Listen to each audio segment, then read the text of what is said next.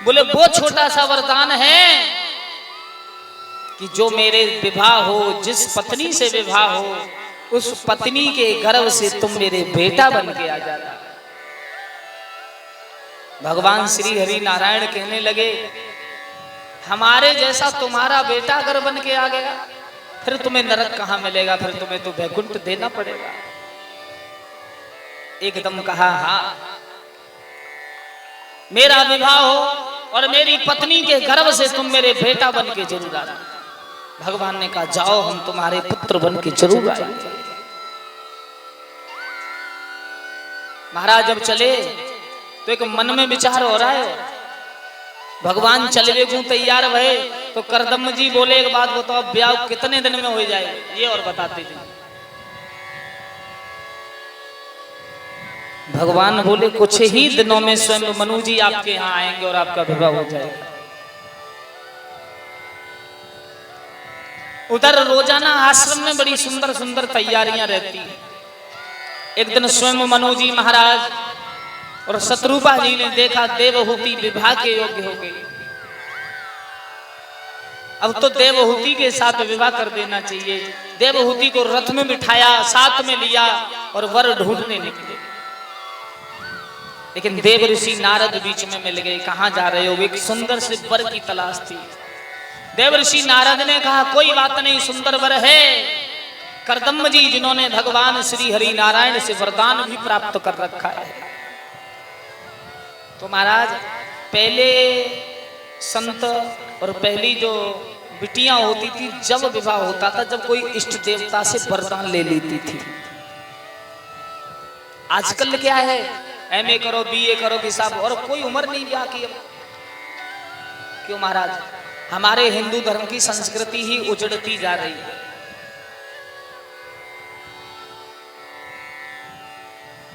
बिल्कुल उजड़ती जा रही है महाराज। जब तक किसी इष्ट देवता का वरदान प्राप्त नहीं, तब तक विवाह संस्कार नहीं। बिटिया ने भी वरदान प्राप्त श्री हरि नारायण से और करदम जी भी वरदान प्राप्त। घूमने चले महाराज जंगल में, सामने सुंदर आश्रम देखो, वाह, सुंदर आश्रम देख करके करदम जी ने पहले से ही सजा रखो आश्रम फूलों से। क्यों? ब्याह की लालसा ही कुछ खुशखबरी अच्छी होती है महाराज। 3 पुष्पों के बिछोने हैं, 3 मेहमान पधारे। स्वयं मनु, शत्रुपा जी, साथ में बिटिया। कहा, हाथ जोड़ करके बैठिए ना। अब यहाँ पर देवहूति धर्म संकट में पड़ गई। देवहूति सोचने लगी, ये होने वाले पति हैं और इनकी आज्ञा हुई कि बैठिए, और होने वाले पति ने ये फूलों का बिछोना बिछाया। अगर पति के हाथ से बिछाए हुए बिछोने पर बैठ गई फिर मेरा पतिव्रत धर्म नष्ट।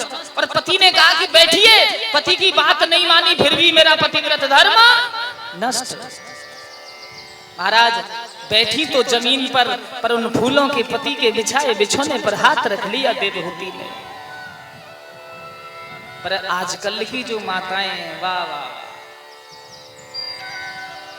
पिंटू के पापा ने थोड़ी लला को खिला रही है, बिस्तर लगाए दियो। अब पिंटू के पापा ने बिस्तर लगाए और आराम से बैठे, और आधा कामकाज पिंटू के पापा को ही दे दिया। बोले, आधा कामकाज अब तुम करोगे, मैं तो लल्ला को खिलाऊंगी।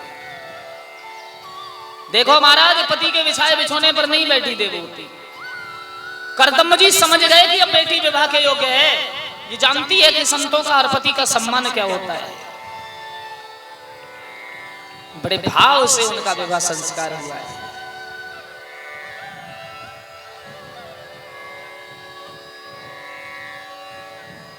माताओं में आपकी बुराई नहीं करता हूं, क्यों?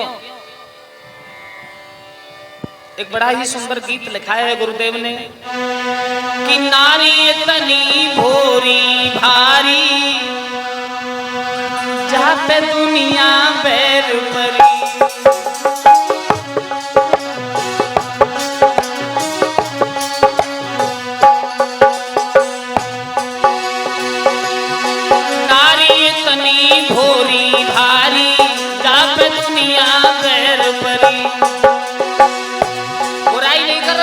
पढ़ाई कर रहा हूँ, पर तुम पढ़ाई के लायक हो नहीं, इतनी हमें मालूम है।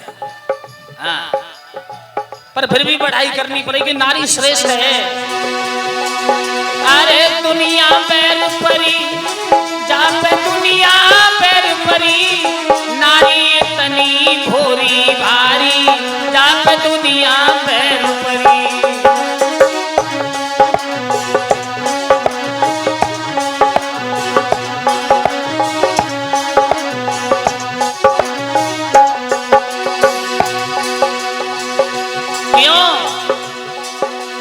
सौ नारे में द्वे चार बुरी, जो सबकी नाक कटावे,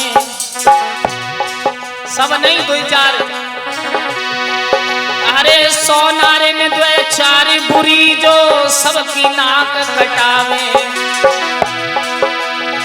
उल्टे सीधे काम करे, मुख तारों लगावे, उनको बनियो नाए हितकारी, जाप दुनिया बैर पड़ी, उनको बनियो नाए हितकारी, जाप दुनिया बैर पड़ी।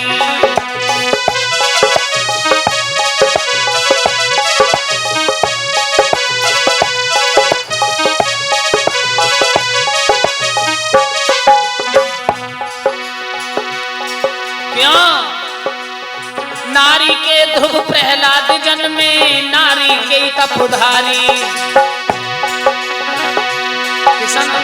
नारी के ध्रुव प्रहलाद जन्मे, नारी के तपधारी, और नारी के भय राम कृष्ण जा धरती पर अवतारी, तारी जन्मे दुनिया सारी, जाप दुनिया पैर पड़ी, तारी जन्मे दुनिया सारी, जाप दुनिया पैर पड़ी।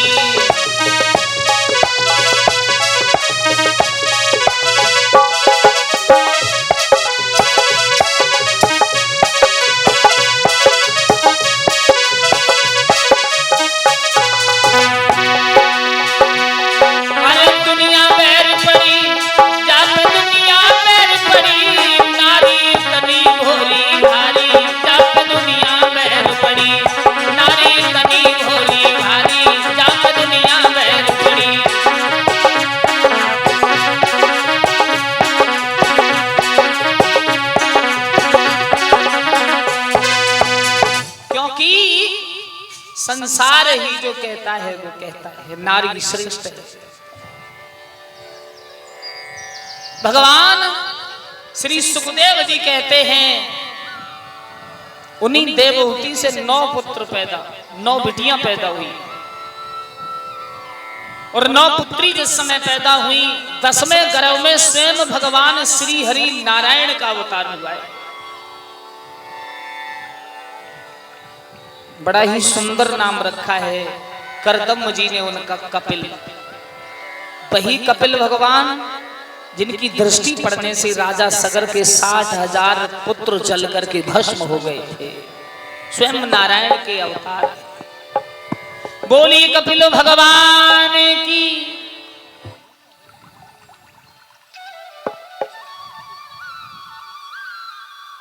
कपिल जी का अवतार हुआ है।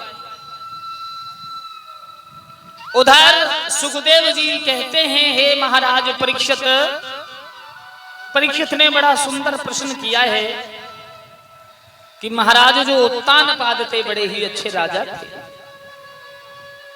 एकदम कहा हा महाराज उत्तानपाद का जीवन कैसे चला, उनके जीवन चरित्र पर थोड़ा प्रकाश डालिए। श्री सुखदेव जी कहते हैं महाराज परीक्षित उत्तानपाद अयोध्या के राजा थे। इनकी एक बड़ी ही सुंदर भार्या थी जिनका नाम था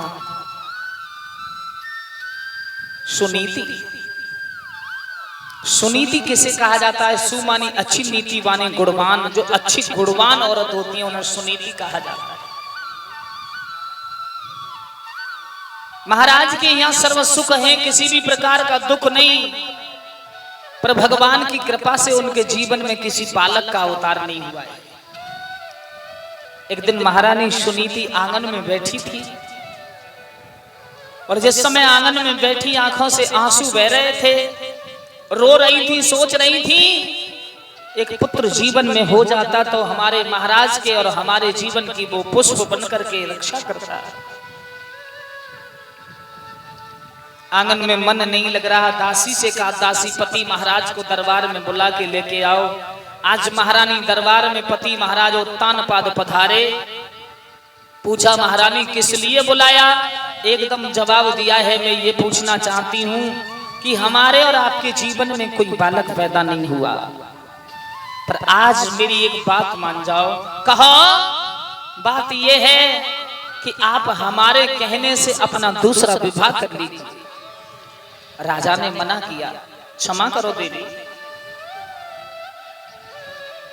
हम दूसरा विवाह नहीं कर सकते।